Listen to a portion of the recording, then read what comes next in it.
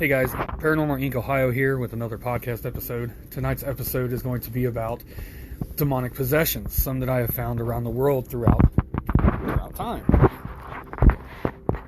So, let's get started. Now, the belief in evil spirits that they can possess humans has been terrifying people throughout history. That's probably why the history of exorcism is littered with horror, such as these stories I'm about to tell you. Now, exorcisms in itself is a tale old as time. Most people may not know what it's actually like to be an exorcist. Exorcism came to everyone's attention with the release of the 1973 film The Exorcist, which was based on the book The Exorcist by William Peter Blatty. The author drew from the real-life exorcism of Roland Doe, which we will talk about later on. Exorcism has been a part of virtually every religion throughout recorded history. Ancient Babylonian priests performed exorcisms via a voodoo-like ritual. Ancient Persians were saved from demonic possession via holy water, and the Bible recounts many times when Jesus Christ cast out demons from people believed to be possessed. But some of these stories I'm about to tell you are some of the strangest and spookiest ones that I came across. So I made this list up that I wanted to tell you guys so you guys can check it out for yourselves. First up is in 1778, the exorcism of George Lukens. In 1778, English tailor George Lukens was behaving very oddly, speaking in strange voices, making inhuman noises, and singing hymns backwards. In a ceremony held in Bristol's Temple Church, 7 priests commanded the demons who'd apparently taken over Lukens' soul to leave, once and for all. When the ceremony was over, Lukens recited the Lord's Prayer and thanked the priest. This was one of the few recorded exorcisms with a happy ending. So, that being the first one, let's just go on to the next. In 1842, I'm probably going to demolish this name, Gottlieben Dittus. In 1842, German villagers noticed strange goings-on at the home of a 28-year-old woman named Gottlieben Dittus. Dittus claimed her house was haunted and soon began slipping in and out of what others described as a trance-like state. But it was only when a religious pastor commenced an exorcism that things went truly nuts. Dittus became violent, requiring physical restraints for 2 torturous years, during which the pastor performed various exorcism rites. Dittus vomited glass, nails, and blood. Finally, Dittus informed everyone the demons were gone and stated that Jesus is the victor. Now, you think about it this way. The priests were in there doing all these exorcisms for 2 years straight, and finally they got the demon out. This is why, in my personal opinion, I think science goes to the part of saying that this is a mental illness as well as being an exorcism. That you can be possessed or you can be mentally insane to where you think you're possessed. So let's keep going. In 1906, Clara Germania Seal, a 16-year-old from South Africa, Clara Cecile, was heard making a pact with the devil and soon began behaving erratically, tearing at her clothes, growling, speaking in tongues, and demonstrating superhuman strength.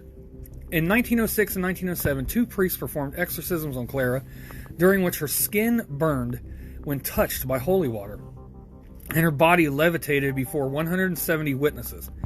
But after a noxious smell was observed leaving her body, Clara was deemed free of evil.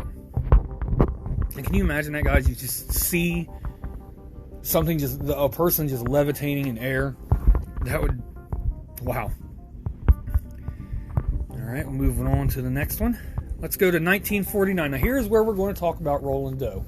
Roland Doe is the base of the movie The Exorcist and the book The Exorcist. This is very famous in the paranormal field. Many have gone to the home of Roland Doe and did paranormal investigations there. But here is the true story of Roland Doe. In 1949, this 13-year-old boy, in the records of the case, his name was changed to Roland Doe to protect his privacy, was mourning the loss of a beloved aunt. When he began seeing and hearing strange things as the possession worsened, Roland began demonstrating violent superhuman strength. His parents took him to St. Louis in 1949 for a weeks-long exorcism, now known as the St. Louis exorcism. This is the story on which The Exorcist is based. Roland screamed, cursed, and attacked his exorcist until a miracle, according to The Exorcist, finally led Roland out of his trance-like state. The boy simply stated, "He's gone. He's gone." He just kept saying it over and over again. "He's gone. He's gone." So, Roland Doe, now I know that him and his aunt would do the Ouija board a lot. And they would play it almost every single night. And that is why when his aunt died, he decided to use the Ouija board to try to contact his aunt. And like I've told you guys numerous times, Ouija boards are just flat out evil. They open doors to another world that you don't even want to cross into. He used the Ouija board and something evil came out the door that was open. It made him believe that it was his aunt. It got a hold of him, and then finally, once it oppressed him enough, it possessed him and took him over, which led into an exorcism that nearly killed the boy. So let's keep going. We're now going to 1974. A man named Michael Taylor. When Englishman Michael Taylor, a husband and father of 5, met 21-year-old pastor Marie Robinson, his frequent bouts of depression seemed to ease. In part, Taylor believed it was due to Robinson's ability to exorcise demons plaguing him. After Taylor's wife confronted Taylor about a possible affair with Robinson, he physically attacked her. This led to an actual exorcism by 2 ministers that took place on October 5th, 1974. Michael had seizures, spit at, and bit the exorcist, and screamed in tongues. The next day, he brutally murdered his wife.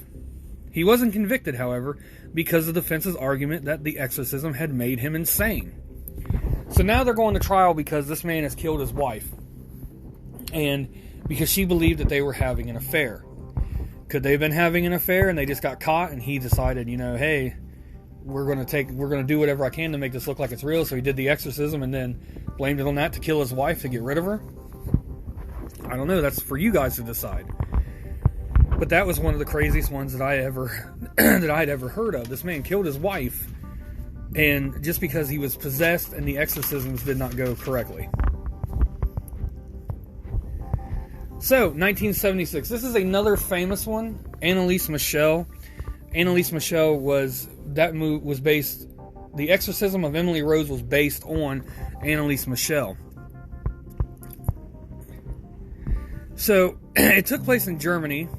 And it was the basis of the 2005 Exorcism of Emily Rose. Annalise's story also ended in murder. Only it was Annalise who was murdered. The German woman's demonic possession was actually an undiagnosed brain disorder, possibly epilepsy, schizophrenia, or both. But being a religious young woman, Annalise welcomed exorcism to help cure her. After 67 attempts, each unsurprisingly unsuccessful, the 23-year-old succumbed to starvation, and 2 of her priests were convicted of homicide. Now, they go in and they try to help and they do the exorcism, but lots of doctors are saying that it is an illness. There's something wrong with her brain. It could be schizophrenia, it could be other things altogether. I think this is where the priest should have kind of said, maybe that's true, maybe that we should let the doctors take care of this. And I remember doing research about this, that she was going to be put on a drug, and they argued about it in court not to put her on this drug because the priest said it wasn't needed because they were going to exorcise the demons and free her from all this. So could that have led to Annalise's untimely death? We don't know. I don't think we'll ever know. But I do know the 2 priests were convicted of murder. So let's move on to the next one. In 1990, the exorcism of Gina. Reverend James LaBarre oversaw 3 exorcisms, all sanctioned by the Archbishop of New York, Cardinal John O'Connor, and the Vatican. One of them, the exorcism of a Florida teenager named Gina, was televised on ABC Network in 1991. Described the ceremony, which was accompanied by medieval-style music, as little more than the gratuitous torment of a deeply disturbed young girl. Strapped to a chair, she screamed and barked unintelligibly, while the Reverend pressed a cross into her face and told her supposed demons that if they wanted pain, he'd give it to them. Meaning, of course, the helpless Gina, ultimately it was antipsychotic drugs that gave Gina relief, not the exorcism of the demons. So then this is another case of it was probably just a disorder that was going on with her. Or it could have been the demon tricking everybody into believe that there is an illness and it still lies within her. Which is very true. That can very much happen. Let's keep going. In 2003, Terrence Cottrell. An autistic 8-year-old boy named Terrence Cottrell was killed during a prayer service that was intended to drive out the evil spirits supposedly causing his condition. The official cause of death is mechanical asphyxia due to external chest compression, meaning Terrence was suffocated. The Reverend Ray Hemphill, who had performed the exorcism, reportedly sat on the boy's chest until he stopped breathing. The Reverend was convinced of homicide. The Reverend was convicted of homicide. That was his story. Now, here's another story. This boy was clearly autistic, and they wanted to try to say that his autism was due to a demonic possession, that the demon was making him sick. And I did research on this, and I just believe that this boy was autistic, and this man killed this kid. I very much believe in demons, and I very much believe in exorcisms and the rites of exorcism, and I believe that they can rid people of demons. But this boy was clearly just autistic, and he was murdered because people did not want to believe that their child was autistic, and they would try at anything to fix what they thought was a problem. I think that is a terrible account of what exorcisms can go wrong and why they can go wrong. So, in 2005, we have Marcia Irina Cornici. A Romanian nun, Marcina Irina Cornici, was 23 when she began hearing voices. She thought it was the devil talking to her. Although she was treated for schizophrenia, she relapsed and was then subjected to an exorcism, bound to a cross, gagged with a towel, and left in a dank convent room for 3 days without food and water. Cornici died of suffocation and dehydration. Another case of that. Sometimes these things can just go so far. I don't know how you guys think about it, and you guys are more than welcome to talk about this you go to paranormalincohio.com. It'll take you to the Facebook page. You can go to the group page or the main page, and we can talk about this. And I think sometimes it just goes way too far. I understand that you want to exorcise a demon out of this person, but there's no reason why you have to tie them to a cross and leave them for 2 days in a dark room with no food and no water, to the point where they suffocate and then they die of dehydration. There's just no point in it. I get to where it gets to that point where a demonic possession can be so bad where, people are going crazy. Like, I believe some serial killers were demonically possessed. And I just think sometimes it goes too far than what it should. So now we're going to go to 2010. On Christmas Day of 2010, a 15-year-old boy, Christy Bamu, was beaten and drowned in a bathtub in London by his sister and her friend in an attempt to exorcise evil spirits from the boy. Originally from the Republic of Congo, the pair tortured the boy with knives, sticks, metal bars, and a hammer and a chisel until he begged to die. The pair were convinced of the boy's murder, convicted of the boy's murder. Now, again, I think they just got caught murdering this kid, and they were trying to say it was an exorcism. And they were trying to rid this boy of all the horrible evil spirits and the demons that were trapped inside of him. That's the only thing I can think of with this, because that's what it just sounds like. Doing research into it, they're not ordained ministers, they're not priests, they're not anything doing with any type of religion. They were just, 2 kids got caught killing this poor kid, and decided to say, like, oh, we were getting rid of the evil spirits from his body. And last but not least, in 2015, the exorcism of Laura. Everybody thought the exorcisms were a thing of the past. Well, they're not. In Argentina, church officials filmed the exorcism of a 22-year-old woman named Laura by Bishop Manuel Acuna. Laura writhes, bangs her head, and screams profanities. Supposedly, the exorcism ends well, as the evil spirits leave Laura, and the bishop makes the sign of the cross over her, and then supposedly the demons are gone. Now, again, I think this could be sensationalism. They were trying to boost something to get everybody into the church, or to get, for religion, and they put this woman on just a show. It could have been, again, it could have been real. I don't want to sit here and knock it and try to say it's not real, but just doing the stuff that I read and doing the research that I found, it just sounded like it wasn't anything like that. And that's why I think that some of these give actual exorcism and exorcist a bad name. I believe that some people are very possessed. Roland Doe, very possessed. And, and you need to have exorcists that come. I mean, they train these people for a reason, to rid people of bad things and evil. But then you read some of these and it just sounds too, too good to be true, if you catch what I'm saying. Like, they want it to sound good. They want it to sound like this person was really demonically possessed and bad things were happening. And it just got out of control and people died, so they really want to try to make everybody buy it because, they don't want to go to prison. But, they've murdered an innocent person for no reason that could probably just had a medical disorder. And with the last one that I just told you guys, it could have been just the fact that they were trying to boost something. They were trying to get something going within the church or the religion, and they use this as bring people in to believe. I don't know. I'm not the one here to say it is or it isn't. I believe in exorcism and exorcists, and I believe that demons are real, and demons can take you over very, very fast, and it can go bad, and we need those people to help us. But those are some of the ones I came across that I thought were kind of, the scariest and the weirdest of the exorcisms that I read about.